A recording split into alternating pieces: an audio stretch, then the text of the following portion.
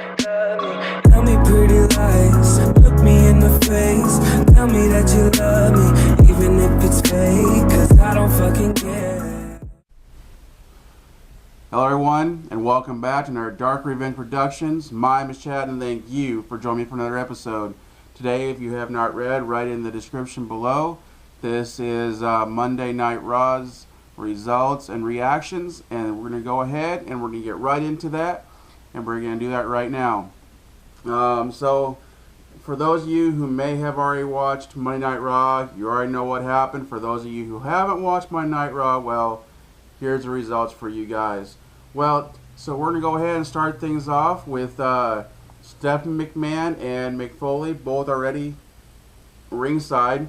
But before that, last week, Stephanie McMahon and Paul Heyman kind of had their little skit that really made no sense. First it was serious, then it was jokeful, then it was serious, then it was jokeful. It really, the whole thing of that really made no sense. But anyways, they were making a joke about, just kind of like joking around about, that Shane McMahon got F5 by Brock Lesnar, so Stephanie McMahon only charged them, Paul Heyman and Brock Lesnar $500. So Paul Heyman came out, started counting 1, 2, 3, until Stephanie McMahon knocked it off his hand, and she said, "Brock Lesnar does bring money to it, Paul Heyman, but what do you bring? What do you give?" And so it went from there, and so it brought up to last night, to where, that last week, Kevin Owens had won the Universal title, which had to come with controversy because Triple H came back, pedigreed Seth Rollins, pedigreed Roman Reigns, and so gave Kevin Owens the win for the controversy. Well, to last night, Mick Foley, who worked with Stephanie McMahon at first, didn't believe anything that Stephanie McMahon had to say, confronted her about it, and then he says, okay, I believe you. Well, they went up front to the ring. Commercial came back, and they invite Kevin Owens out to congratulate him, and and he gives his little speech, and he does a little trash talk that he always does. And right as he was fixing to get done, Seth Rollins comes out, says his speech, says his thing, and all that, and pretty much beats down Kevin Owens. And so Stephanie McMahon was going to suspend him Seth Rollins indefinitely, but McMahon said, ain't happening. That's not what we do on Monday Night Raw. What we're going to do is we're going to offer a rematch. So now Seth Rollins at this point and Kevin Owens have a rematch coming up at the next pay-per-view. So that'll be interesting, and my opinion is I believe that Seth Rollins will win that title. So that happened, and we move on to the next thing, which was Bayley versus Charlotte. This match just kind of came to fold. Bayley had beat Dana Brooks twice in a row to get to Charlotte, and at backstage, Charlotte told Dana Brooks, here's all you're going to do. You're going to take this clipboard, you're going to take notes, and watch how a queen wins keeps her title and wins a match. So they went out, Dana Brooke and Charlotte versus, and then Bayley comes out. They have a good match, they have a good battle, but at the end, Bayley wins because of Dana kind of interfering, which screwed up Charlotte and gave Charlotte the loss. So they go backstage, Charlotte slaps Dana Brooke, says that she's pretty much a loser, and she's nothing, and walks away. So it's going to be interesting to see. Sorry, you guys. I keep pushing my glasses up because I set up on a few videos before. My glasses are broke. So hoping that here soon, next week or two, we'll get me some new glasses.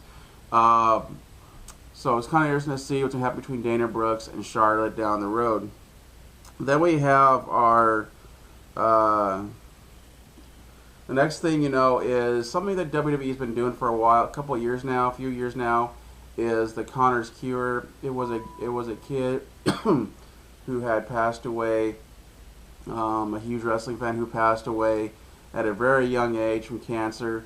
And so now they got this thing called Connor's Cure that the WWE tries to get people involved with. And I'll probably speak more about this on another video. But I feel like maybe we should get involved in this. We should all get involved in this Connor's Cure. Help to try to find a way to support and try to get rid of cancer. Like I said, I'll speak more on that because right now this is about WWE, the Raw results and things like that. Then you had Bo Dallas coming out holding this big old sign, and all that, just looking goofy as ever. I don't really want to get much into that because it wasn't really nothing big. It was just a small statement for Bo Dallas to that, I guess, pretty much let us know he's back. Other than that, you had Seth Rollins versus Chris Jericho. Obviously, we all should have known that Seth Rollins was going to win this, seeing that he's going to be fighting Kevin Owens at the next pay-per-view. But anyway, Seth Rollins and Chris Jericho did have a good match. They did have a good back and forth.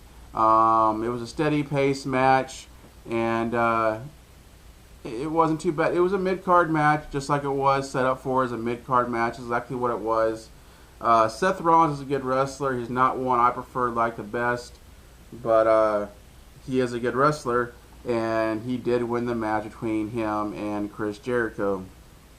Then you had Cesaro versus Sheamus. Now, this is something that has been going on for a while. Cesaro, every time he's gone against Sheamus, he's never really been able to get a win over Sheamus, and so he needs to get more into figuring out how to beat Sheamus, how to get over on him, and stop losing these matches with him. Cesaro's a good wrestler. I think he's a top wrestler. I think he'd be an awesome champion if they give him that opportunity to run the ball with that. But there's some reason why they keep building him up and then they drop him right back down, pick him up and drop him right back down. I don't know why they're doing this, but that's what they're doing with Cesaro right now. Then you have the two Mexican, Puerto Ricans. You got the Shining Stars, versus Kaz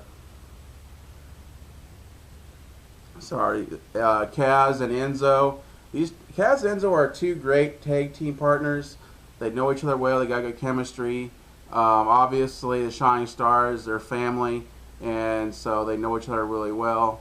But at the end of the day, Kaz and Enzo had lost the match. The Shining Stars came out with the win. So it seems like they're trying to give the Shining Stars a push because they've won most of their matches since they've been back together again. And just interesting to see how the Shining Stars are going to form. I do not think they'll ever be tag team champions. I don't think they'll ever be top star tag team. But I think they're trying to give them a push, trying to get their names out there once again, and just trying to make them better. Then you had the New Day, then you had Nia Jax versus a noob, and it was her debut. It's Alicia Fox, one of Alicia Fox's friends, and she wasn't too bad. This noob wasn't too bad. She actually, gave Nia Jax a fight, inside the ring and outside the ring, and it wasn't too bad of a fight at all. But of course, Nia Jax came out, powerhouse female who won the match. Noob lost 1, 2, 3. Not much more to say about that. There wasn't really a whole lot of action. It's just easy to tell that Nia Jax was going to win that. Then you had the New Day versus the Club. Well, actually, the Club came out first, and they did this little skit, and they had 3 guys come out, calling them the Old Day, and bring them out, in walkers and crutches and all that, making fun of the New Day. But then the New Day came out, doing their thing, get in the middle of the ring, and of course, the Club bounced out of the ring and left the 3 Old Day members in there. And of course, the Old Day members got beat down by New Day. It was kind of a funny skit, but it was kind of like, I don't know, kind of dull. But so it kind of had a both funny and dull situation to it. It just seems like something they did back in the Attitude Era. But it's going to be a good match to see New Day in the club. I feel soon that the club is going to wind up being the tag team champions, taking it away from the New Day. I feel it's time. New Day's had these titles 300 plus days. I feel it's time for new tag teams, and I feel that maybe the club is going to be the one that takes it from the New Day. Then you had Darren Young versus Jinder Mahal, who just recently started coming back and fighting again on his own, and he's not been doing too well lately. But then you had Titus O'Neil, who was sitting at the announce table, talking his smack and everything else. And Darren Young, this match between Darren Young and Jinder Mahal wasn't that great at all. I didn't like it at all whatsoever. But Darren Young did wind up with the win. And after that, Titus O'Neil tried to come in and try to beat down Darren Young, which didn't work out for his favor because Darren Young pretty much beat him down.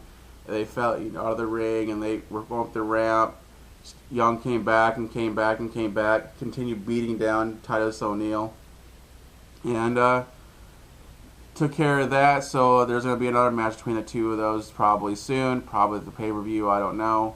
But I mean, they're doing a good storyline with those two, and I think at the end of the day, Darren Young's going to win because he has Bob Backlund in his corner, and they're just trying to give Darren Young that push. I hate that they're saying to make Darren Young great again because, again, like most of us say, Darren Young never was great. Now, will he be great down the road? I don't know. But it's going to be interesting to see, be interesting to find out if they're going to make him top contender for any form of title down the road. Then you had Braun Strowman, finally not facing just a noob, but he fought Sin Cara. But then again, Sin Cara's another small wrestler, and Braun Strowman's this brick wall, So I mean, it was easy to tell again that Braun Strowman was going to win, but Sin Cara did give him a fight, did give him a battle, took him out to the ring, had a good match out there. It's just at the very end, Braun Strowman didn't get a pinfall on him. He had to take the count out against Sin Cara, so maybe Braun Strowman feared Sin Cara a little bit. Maybe there's some respect there between the two of them. I don't know. But, so Braun Strowman didn't get a pin. He didn't destroy Sin Cara until after the match was over with, and of course he did. But during the match, he had to go and he had to win by a count out. Then you had Sasha Banks, who came out, and on a Twitter, she was saying, when she comes to Monday Night Raw, she's got some bad news. People took it one way or another. They took it as if maybe she had bad news for somebody, or she had bad news that she was leaving WWE because of her injury. We didn't know. But she came out, not dressed up or anything, just kind of there, come out talking, giving her speech, and talking about the revolution of the females and named off like Mae Young and all them. And it sounded like she was fixing to leave the WWE or probably maybe take a break because of her injury and just needed more time to heal. Well, before she had a chance to say what she just had to say, well, my bad news is, and Dana Brooks came out, interrupted the whole thing and said, well, I've got bad news for you, Sasha. You're back and yourself. I'm going to take you out and I'm going to make you an example. Dana Brooks got in the ring with Sasha, trash talk a little bit more, and went after Sasha. Sasha put her in the bank statement, made her tap out. No referee, no match, just made her tap out. And she stood up, looked down at Dana Brooks, said, my bad news wasn't for you, Dana. It was for Charlotte. And that is that I'm back and I'm going to take that title from her, and walked out. So Sasha Banks is back. Sasha Banks is ready to fight. She's ready to regain that title, and hopefully she does. I think she'll be one of the best diva wrestlers, diva champions we've had in a while. Charlotte, I do not feel deserves that title. I don't feel that she's ready for that title, and I don't think she's mature enough yet for that title. But that's just my personal opinion. We'll just leave it at that. So the match of the night was Kevin Owens, fighting his longtime rivalry, longtime best friend, Sami Zayn. Again, this should have been an obvious match because Kevin Owens and Seth Rollins are fighting at the pay-per-view. So it should have been an obvious match of who was going to win, which did happen. They had their clash. They had their match. Every time these two get in the ring together, they always have a great match. They always have great chemistry, and they just clash and clash and clash. So it was a great match.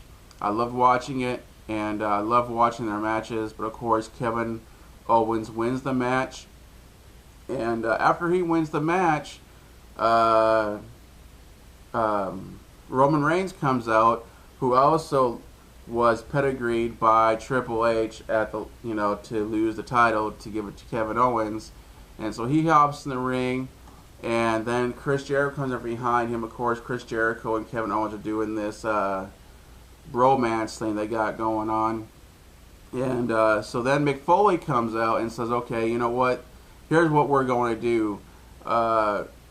Roman Reigns, if you wanted opportunity for that title, you got to fight Chris Jericho at next week, and if you win, you'll be in that match and make a triple threat for the title. Of course they're going to do that. Of course they're going to make it a triple threat, and just let it go from there. Now, would it be a triple threat? I feel if it was just Seth Rollins and Kevin Owens, I feel like Seth Rollins would have won. But if they make it a triple threat, I feel Kevin Owens is going to win the title. I don't see it going to Roman Reigns, because I feel like they're still punishing him for the wellness policy. So we'll have to see what happens with that. But I feel now that Kevin Owens will win that title, or he'll keep that title. But anyways, that was the matches for the night. That's what happened. That's my results. That's my reactions to what's been going on. Hope you all liked. Hope you all enjoyed. If you did, give it a thumbs up. If not, give this video a thumbs down. Either way, thank you for joining for another episode. Please follow me on Facebook, Instagram, and Twitter.